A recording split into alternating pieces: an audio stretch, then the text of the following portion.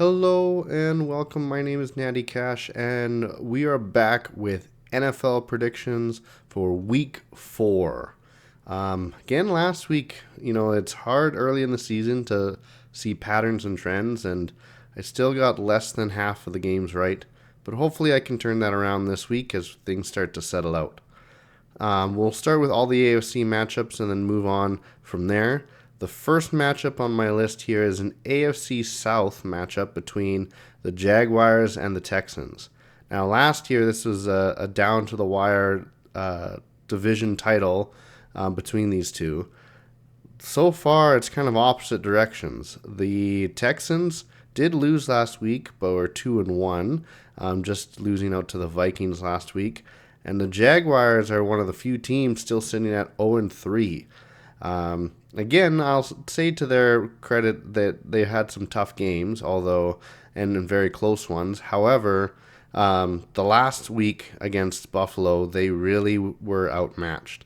And I don't think this gets any easier for them. I'm concerned that there's going to be some shifts in Jacksonville, and potentially there'll be a coach fired sooner rather than later unless things turn around. So I unfortunately don't see them gaining anything on Houston this week either. So I'm going to have the Houston Texans get a victory. They'll move to 3-1. And Jacksonville will be at 0-4 to start out the season. Not a very good start for them. Our next matchup here is the Pittsburgh Steelers going to Indianapolis for against the Colts. And the Steelers are one of our 5 3-0 teams still left on our schedule. Getting another win against the Chargers, they continue to move forward. Colts get their first win as well against the Bears this last week.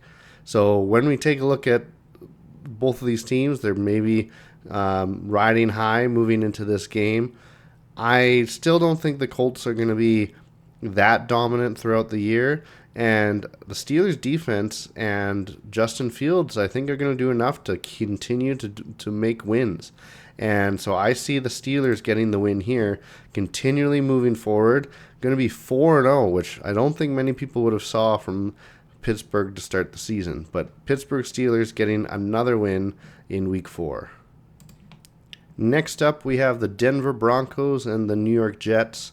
The Jets getting a good win against the Patriots on Thursday night last week. And the Broncos also getting their first win. And Bo Nix getting the first win under his belt against the Tampa Bay Bucks. So both coming off of wins. However, when I look at teams that come off of a mini bye week or a bye week, there's usually an opportunity where there's a little more preparedness there. And when I look at the quality of these teams, I do see the Jets being a little bit better. There's still going to be lots to learn for Bo Nix. I think things are very promising. However, it'll take time. And so I think the Jets defense will do a number in this game. And Aaron Rodgers is slowly getting back into form. And I think he's going to have opportunities where he'll drive down the field and make a lot of plays. And so I have the Jets winning, going to 3-1, where then the Broncos with a loss will go to 1-3. Next up, we have an AFC West matchup where we've got the Chiefs and the Chargers playing. Both teams are looking good so far. 3-0 Chiefs and the 2-1 Chargers. What's scary is that the Chiefs, even though they've won, it hasn't been because of Patrick Mahomes. He hasn't really played overly well.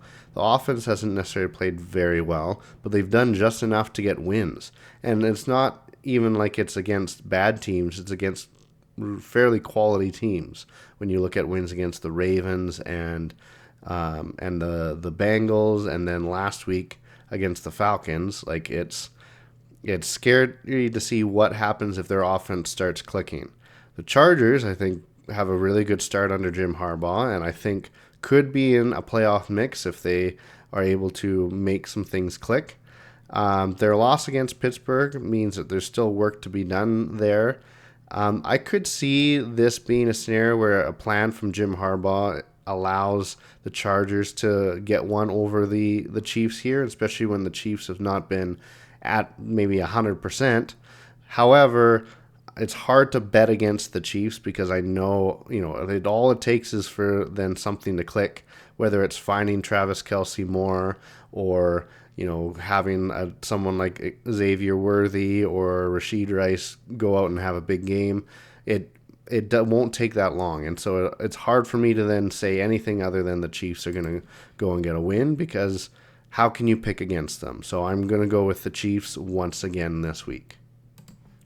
The next matchup we have is the Cleveland Browns going to Las Vegas against the Raiders.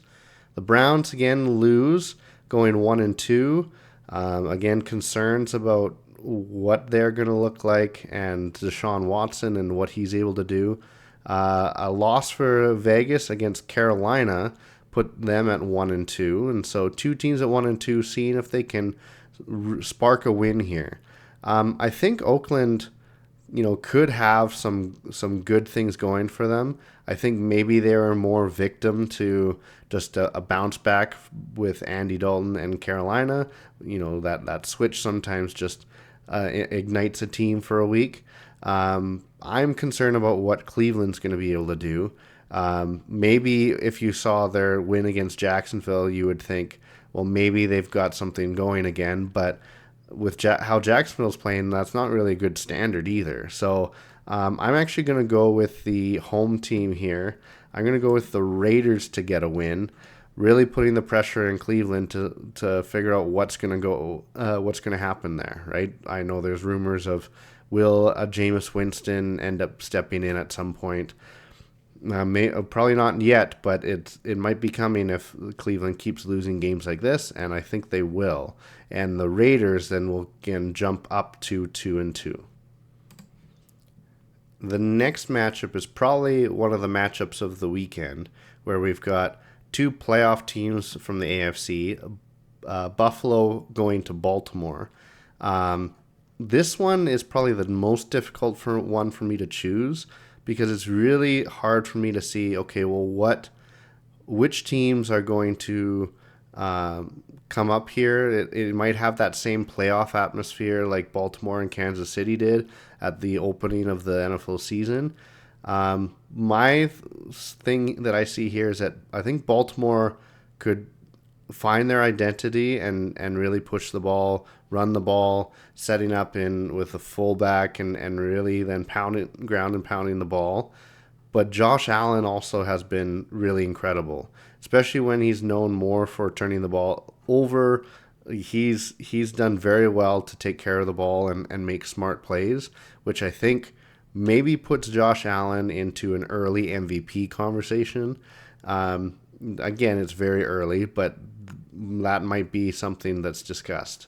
And so with that said, I think things in Buffalo are clicking a little bit more. I think if this matchup happens in 3 or 4 weeks, it'd be interesting to see where Baltimore is, and I think Baltimore could win this. I am in the moment going to then ride the hot hand and say that Buffalo is going to come in. They're going to stay at 4-0 for the season, and Josh Allen's going to continue to do well to start this season. So 4-0 Bills. Again, that's tough for Baltimore, as Baltimore is going to then drop to 1-3, and that'll be a concerning position for them to be in if they're wanting to win the division again. The next matchup, a Monday night matchup, is also a tough one for me to predict because it's almost teams that might be on the other side of the spectrum. Tennessee Titans have not looked good this year, and Will Levis has turned the ball over, and it's hard to see them doing much to go out and win a game. But then the Dolphins with Skylar Thompson as a quarterback do not look effective either. And maybe Skylar Thompson with another week under his belt can get things rolling. But I know there's already talk of, can the Dolphins bring in another quarterback and kind of salvage this season, especially because we're not sure if Tua is going to come back at all, like maybe not at all this season or a longer term. But with that in mind, I think, this is tough. I think I'm going to give the slight edge, and maybe this helps save his position for a little bit longer. I'm going to give the slight edge to the Dolphins at home. I don't see much from the Titans. This would be one of those times where the Titans could get a win on the board, and maybe, start to work towards something. But I think Tennessee's going to have it tough this year. It's going to be hard to get points. I'm going to go with the Dolphins in this one. We move forward to the interconference matchups, where then here we've got the Bengals going out to Carolina on Sunday. The Bengals have started 0-3, and there are questions about, is Joe Burrow as effective as he used to be? Can this team turn themselves around and make something happen? Where then there's some optimism in Carolina. Andy Dalton looked really good, and was able to get a win on the board. The balance is this. Is that Andy Dalton thing for real? Are they going to be able to then push teams and make things competitive? In that case, I might pick Carolina to do that. Or is this a case where you switch out a quarterback, you might get a 1 week bump, a change in leadership, if you want to look at it that way. But the Bengals should be winning this game. If they want any chance to then be moving forward and having a good season, this is a must-win game for them. I think that could be maybe the pressure that they need, pressure for Joe Burrow to go out and make plays, the pressure for the rest of the team to step up and make this a way for them to turn it around. So I am going to go with Cincinnati and the Bengals to get their first win of the year, so that at least 1-3 they might start putting on a run and maybe start working their way back into a playoff picture. The other interconference game this week is against two teams that are both 1-2. And that may be surprising when you include the San Francisco 49ers in there, as New England will travel out to San Fran for that game. San Francisco hasn't looked themselves. I think they looked fairly well against the Jets, but then since then, there's some missed passes. There's, Christian McCaffrey being out, I think, has had a big effect on that team. And, Jordan Mason hasn't, lit the world on fire like he did in week one. So when we look at this matchup, it's hard for me to really just say, oh yeah, it's a lock that the 49ers are going to win, because the Patriots have done enough where then they can push and get a chance to win here. Especially, again, I would favor teams sometimes with a mini bye that they can have a little bit more time to prepare. I am going to go on the faith that San Francisco are going to win. Maybe it's a case because New England has to travel all the way across the country, that it's a little bit of a longer travel, and that would give 49ers maybe a slight edge. But I think this game is going to be much closer than what people would initially thought looking at this matchup at the beginning of the year. Now let's move to the NFC, and we've got an NFC East matchup between the Cowboys and the Giants. Now again, looking at these records, they're both 1-2. We maybe wouldn't have seen that from the Cowboys, and especially for how well they did in their first game against the Browns. But then there's been struggles, and it's hard for us to then look over that, where then the Giants have had their own struggles, but getting a win on the board last week is going to be very helpful for them. I'm just trying to remember. They beat the Browns last week, and so trying to find the balance here. I still think Dallas are the better team. Sometimes the games between division rivals are much closer than what they normally would be when we're talking about these division matchups. So I'm actually going to go with Dallas here. But again, it's not going to be easy. They have to play well. They're going to have to then step up and have the defense like they did in week one, and again, that might be enough for them to get the victory here. So I'm going to go with Dallas, although division matchups are always tough to predict. They can go one way or the other. Speaking of division matchups, the next one is an NFC North matchup between the 3-0 Minnesota Vikings and the Green Bay Packers. Again, very surprising seeing Sam Darnold leading this Vikings team, and for how well that they've done, that they're one of the 3-0 teams that are here.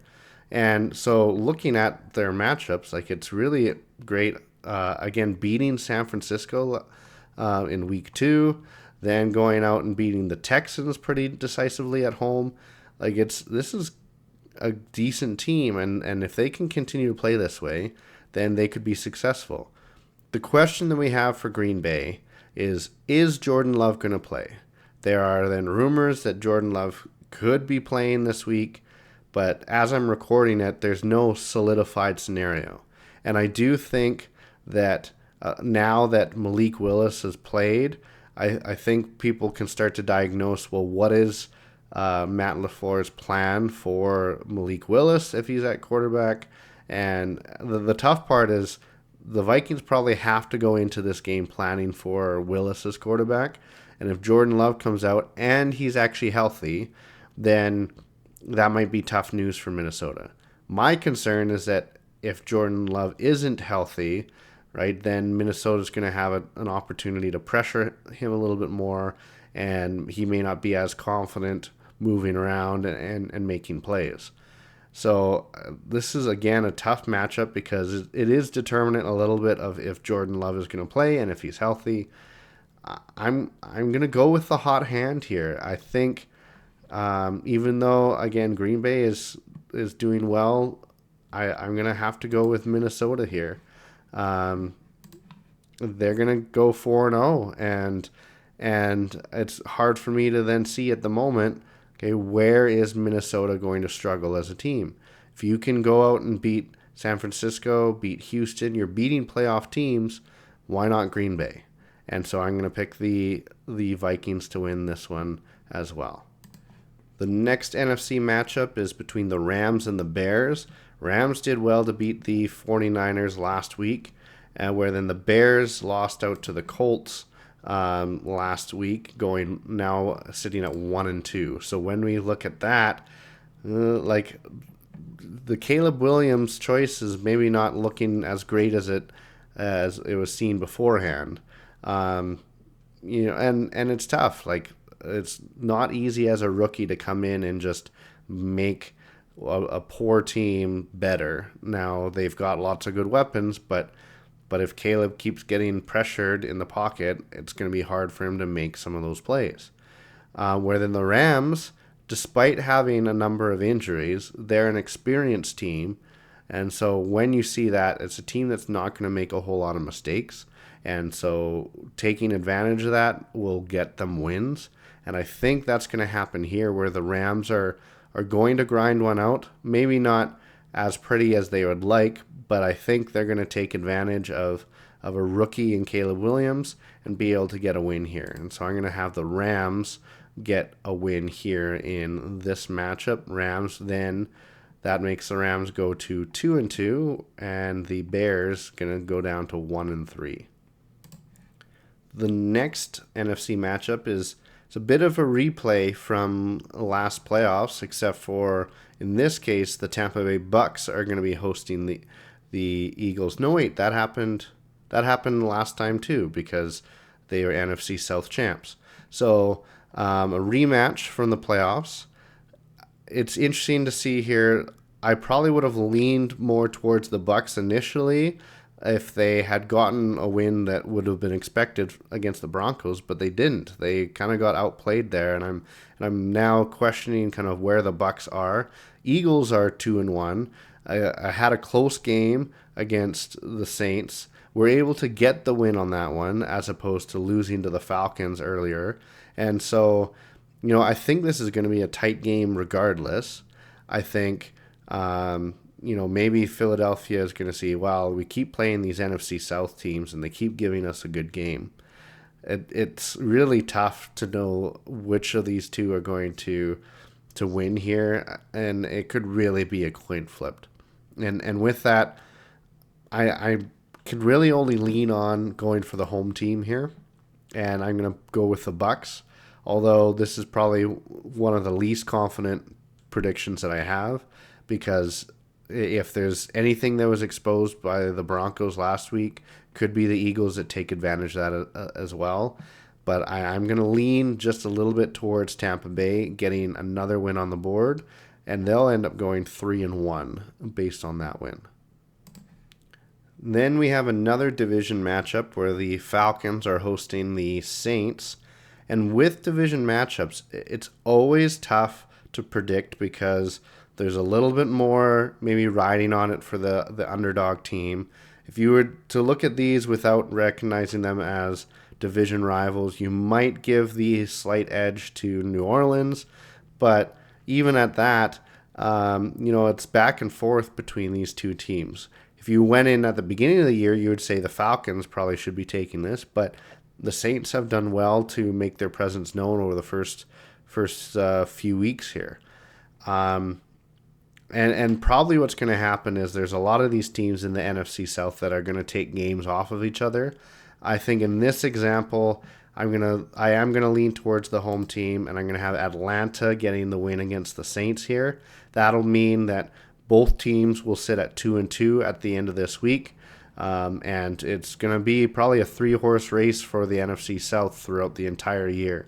So I'm gonna give Atlanta the win here again, but it's a tough one. Division matchups are always tough to predict. The next matchup we have here is the Washington Commanders, Jayden Daniels, going and facing Kyler Murray of the Arizona Cardinals. Again, this one's tough to predict because maybe Jayden Daniels is starting to find something in their win against Cincinnati, be able to make plays, maybe looking to be the best of the rookie quarterbacks so far this year. That's yet to be seen, but I think there's a lot of promise with how he's been playing. And Arizona, I think, has also been doing well too. Even though they're 1-2, recognize the 2 games that they lost were against playoff teams last year, losing slightly to the Bills and then only losing by a touchdown to Detroit Lions. So I think the Cardinals are still a solid team, and maybe in this case the Commanders got the one over the Bengals because the Bengals have been struggling, where then I think the Cardinals have been playing fairly well and solid. So I am going to give the Cardinals the win here. Again, could be close because Jayden Daniels might be getting on a roll and starting to get used to this idea of playing in the NFL. And if he can go out and have a good game, again, they could push the Commanders to 3-1. I do see them dropping down to 2-2, but it should be a good game to watch. But I'm picking the Cardinals in this one. And then our final game, a Monday night matchup between the 3-0 Seattle Seahawks up against the 2-1 Lions. So a good matchup that we have here. Seattle traveling out to Detroit.